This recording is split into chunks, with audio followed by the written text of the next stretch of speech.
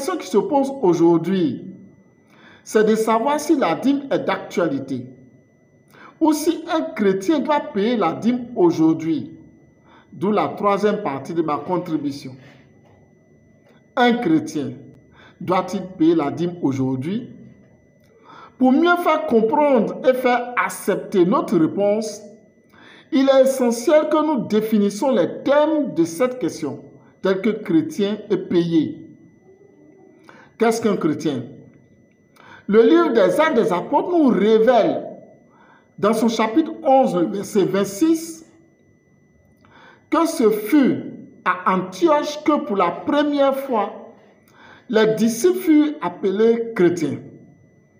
Et au dictionnaire de définir le chrétien comme étant une personne qui professe la religion issue des enseignements de Jésus-Christ, ou encore par extension, c'est une personne qui adopte un comportement généreux, supposé conforme aux préceptes de la religion de Jésus-Christ. Qu'est-ce que payer? Payer se définit comme donner de l'argent pour un bien ou un service, tel que régler un impôt ou un droit ou s'acquitter d'une dette. En analyse donc de ces deux définitions qui précèdent, et si nous nous référons aux prescriptions sur la dîme dans la loi de Moïse, nous donnons comme réponse à cette question, non, le chrétien ne doit pas payer la dîme. Les raisons. Premièrement, le fondement du christianisme. Nous devons comprendre que le christianisme a pour fondement la foi en Jésus-Christ de Nazareth. Et le fondement est l'élément justificatif sur lequel repose une croyance. Cela répond donc à la question de savoir pourquoi je suis devenu chrétien et non musulman ou adepte d'une autre religion. Deuxièmement, le passage du livre de Malachie 3, les versets 9 et 10, nous constatons que Malachie ne s'adresse pas au peuple, mais aux Lévites et aux sacrificateurs, puisqu'il parle d'apporter les dîmes et les offrandes dans la maison du trésor. Il s'agit donc de la dîme du temple, car ce sont les Lévites qui apportent les dîmes et ce sont les sacrificateurs qui les présentent et font les offrandes à l'autel et non le peuple. Malachie dénonce le fait que la dîme du temple n'était plus apportée entièrement ou dans sa totalité ou parfaitement comme Dieu l'a prescrit. L'expression « toutes les dîmes » signifie tout ce qui devrait arriver au temple dans la maison du trésor. La maison du trésor qui est bien définie dans Néhémie 10, les versets 35 et 39. Quand nous lisons attentivement, selon la même version lue seconde de la Bible, les passages de Malachie 1, les versets 6 à 8, et Malachie 2, le verset 1, nous constatons que Dieu interpelle d'abord les sacrificateurs et ensuite leur donne un ordre. C'est par extrapolation, que Dieu va impliquer la nation tout entière. Malachie 3, le verset 9. Si le lexique grammatical nous enseigne qu'après une virgule ne commence pas une lettre majuscule, alors le « et » et le « la » employés ici ne sont que des compléments d'information qui nous rappellent des paroles que Dieu a l'habitude de prononcer contre Israël. D'ailleurs, n'est-ce pas Israël, la nation tout entière? Troisièmement, la troisième raison donc qui fonde mon argument que le chrétien ne doit pas payer la dîme, c'est l'époque dans laquelle nous sommes aujourd'hui, qui est l'époque des missionnaires. Nous ne sommes plus à l'époque où Dieu se cherche un libérateur à l'image de Moïse, pour que le peuple de Dieu soit soumis aux contraintes de la loi. Non. Mais Dieu se cherche des évangélistes et des apôtres. Et c'est ce que la Bible dit dans les passages suivants. Matthieu 28, verset 19-20, Marc 16, verset 14 à 16, et Luc 9, les versets 1 à 2 et le verset 6. Car la même Bible dit, dans Jérémie 31, verset 34, Joël 2, verset 28 à 29, Éphésiens 3, verset 6, Apocalypse 1, les versets 5 et 6, que l'époque de libérateur que Dieu, l'Éternel, se choisit est révolue. Nous passons à la quatrième raison, la destinée du Juif. Il y a que la loi de Moïse s'appliquait aux Juifs. Et cette loi n'a pas amené Israël à la perfection. C'est pourquoi le livre d'Apocalypse nous dit qu'il n'y aura que 144 000, c'est-à-dire 12 000 personnes de chaque tribu d'Israël qui seront sauvées. Apocalypse 7, le verset 4. N'est-ce pas d'ailleurs que les Juifs n'ont pas reconnu Jésus comme le Messie qui devrait venir? Jean 1, le verset 11. Par contre, les non-Juifs, tous ceux qui ont cru que Christ est mort et ressuscité pour le pardon de leurs péchés, vivants comme morts, seront enlevés. Apocalypse 7, les versets 9 et 10. Pourquoi alors celui qui a été sauvé par la grâce devait retourner pour obéir aux ordonnances de la loi quand on sait que cette loi n'a pas été trouvée parfaite, raison pour laquelle un autre sacrifice plus suprême a été accompli à Golgotha. Cinquième raison, l'impraticabilité de la loi. Les Écritures démontrent qu'il est pratiquement impossible de pratiquer toute la loi de Moïse. Galates 7, le verset 10.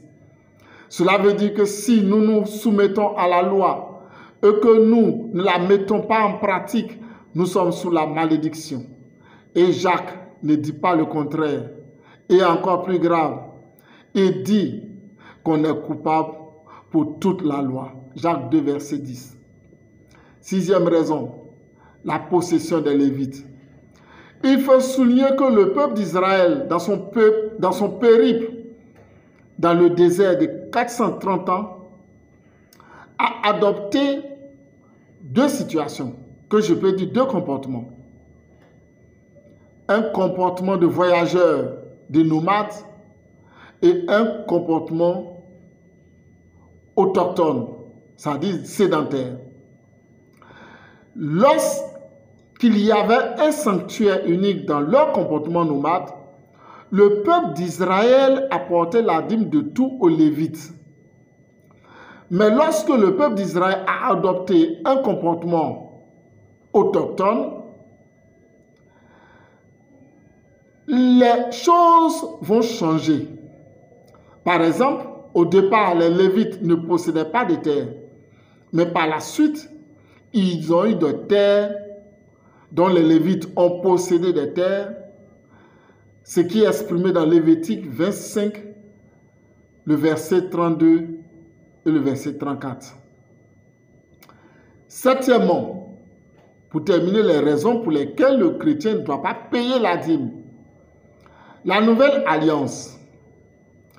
La Bible dit dans Romains 10, le verset 4, que Christ est la fin de la loi pour la justification de tous ceux qui croient. Jésus dit qu'il est venu accomplir la loi, Matthieu 5, verset 17. Donc cette loi reste applicable tant qu'il est sur la terre. C'est pourquoi Jésus a vécu selon la loi jusqu'à ce que tout se réalise.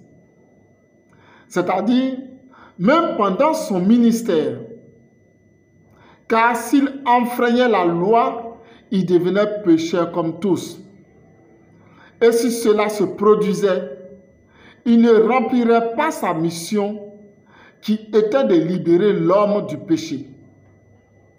Jésus devrait donc accomplir toute la loi. Et le diable s'attendait à ce que Jésus ne pêche qu'une fois. Luc 4, verset 17. Alors, cette loi devient caduque avec la nouvelle alliance, qui n'a pas commencé avec la naissance de Jésus, ni être constituée par les 4 évangiles, mais à partir du moment de sa mort. Il n'a commencé qu'après la mort et la résurrection de Jésus-Christ. À cet instant, Jésus a rendu son esprit, le voile s'est déchiré, et dès lors, une nouvelle étape de l'humanité a commencé. C'est là que toute l'ordonnance de Moïse est présentée et que l'évangile du salut pour la résurrection est introduit. Luc 24, les versets 44 à 45, Hébreux 9, les versets 15 à 26. Que dirons-nous alors? Certainement, s'il n'y a plus de dîmes, donc il n'y a plus d'offrande. Non. Nous savons qu'il n'y a plus de sacrifice pour le péché, mais nous apportons toujours des offrandes dans la maison de Dieu. Hébreux 13, les versets 15 et 16. Et si la dîme a un bien fondé, comme cela s'est fait dans le sacerdoce lévitique, il est question aujourd'hui de trouver sa place dans la foi chrétienne, dans le sacerdoce royal, ce qui implique que la dîme doit être redéfinie comme une libéralité et non vue comme une imposition, comme quelque chose que l'on doit payer. Le chrétien peut faire librement par la foi et sans contrainte des offrandes ou des dons à Dieu. 1 Corinthiens 16, les versets 23. 1 Corinthiens 16, les versets 2 à 3. 1 Corinthiens 9, les versets 13 au verset 14. Que ce soit sous la forme de prémices ou d'actions de grâce, qu'il pourra estimer à la valeur de 1/10, pour parler de dîmes, de 2/10, de 4, de 5, de 10/10, donc la totalité, Galates 6, verset 6, de ce qu'il a bénéficié de Dieu, tout comme Abraham l'a fait. Même s'il l'a fait une seule fois, il ne l'a pas fait à cause d'une loi, d'une imposition, mais c'était une façon pour lui d'honorer, de remercier le Seigneur. Quand nous lisons le Nouveau Testament après la résurrection de Jésus-Christ, il n'y a eu aucun commandement, aucun verset disant que nous devrons payer la dîme, qui devait représenter les 10% de nos revenus. En revanche, nous pouvons contribuer comme nous l'avons déterminé dans notre cœur. C'est ce que l'apôtre Paul a mentionné dans 2 Corinthiens 9, verset 7. Les apôtres ont donc compris que sous la nouvelle alliance, les chrétiens doivent vivre sur la base de la générosité et non d'une obligation, comme s'il s'agissait de paiement d'un impôt. Dieu aime celui qui donne avec joie et non celui qui donne par obligation d'être maudit. La crainte ne devrait pas être la motivation qui doit nous encourager à donner la dîme, ainsi que les bénédictions qui en découlent. Nous devons plutôt être motivés par le fait d'apporter de la nourriture dans la maison de Dieu, son Église. Aussi, le vrai chrétien doit être un pourvoyeur et à cause de cela, il a le désir d'aider l'œuvre de Dieu, de voir le royaume de Dieu avancer et atteindre plus de personnes par l'évangélisation et les actions sociales. Matthieu 5, verset 17, 1 Corinthiens 16, verset 12. Nous devons aussi retenir que le sacerdoce de Melchisédek est un sacerdoce de bénédiction, car il bénit Abraham avant même que Abraham ne fasse son offrande, pas comme le sacerdoce de malédiction des Lévites sous la loi, où l'on doit payer avant d'être béni. Nous ne sommes plus sous la dîme en vertu de la loi et de toutes ses condamnations. Hébreux 7, verset 5. Mais nous devons considérer que nous sommes sous la dîme qu'Abraham donna à Melchisédek, dîme donnée avant la loi, donc par la foi, et qui préfigure Jésus-Christ. Hébreux 7, versets 6 à 9. Si le don de la dîme par Abraham a commencé bien avant que la loi ne soit appliquée, celui-ci n'agissait pas sous la loi, mais sous la conduite du Saint-Esprit. C'est le Saint-Esprit qui l'orientait à faire des actions agréables à Dieu. Nous ne devrons donc pas faire immédiatement référence à la loi lorsque nous parlons de dîme. Il est donc question, parlant de dîme, de faire attention au péché de la culpabilité, car nous ne pouvons pas être égoïstes et nous ne devons jamais cesser de contribuer à l'avancement de l'œuvre de Dieu. Nous devons chercher le meilleur moyen de contribuer volontairement, selon notre propre résolution, par la foi ou comme un pacte que nous signons avec Dieu, sans le souci d'une quelconque malédiction. D'ailleurs, donner la dîme et les offrandes n'est pas synonyme de garantie qu'on ne manquera de rien, de ne plus avoir de difficultés dans la vie. Nous disons simplement que si nous contribuons à l'œuvre de Dieu et aux personnes qui y travaillent, nous pouvons être sûrs que nous serons très heureux et que Dieu pourvoira à nos besoins, car Dieu honore ceux qui l'honorent.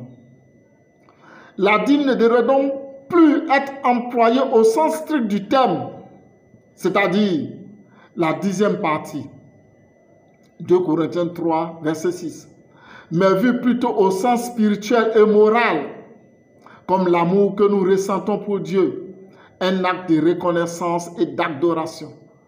Nous pouvons comprendre alors que dans la lettre, Jacob n'a pas donné la dîme promise à Dieu, mais dans l'esprit, il a bâti un autel pour son Dieu. Genèse 35, le verset 7. Il n'est donc plus question de payer la dîme sous la nouvelle alliance, mais de donner la dîme car nous avons reçu la révélation que cela est une action de grâce et une proclamation de la grandeur de Dieu.